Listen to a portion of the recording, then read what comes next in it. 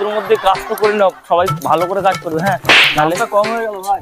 দামটা কম হয়ে গেল, কি করবো বল? এরকম দুপুর বেলা এখনো বড় মুনিশ আসছে না, তো 8 ঘন্টার বেশি হয়ে গেল। দেখ মাঠে লাগবো কখন?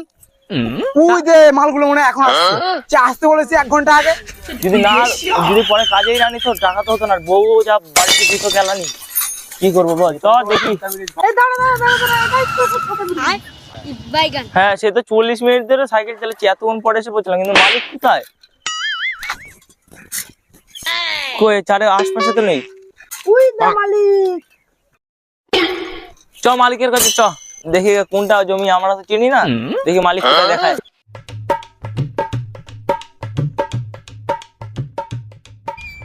কি গো, তোমাদের এত লেট হলো কেন?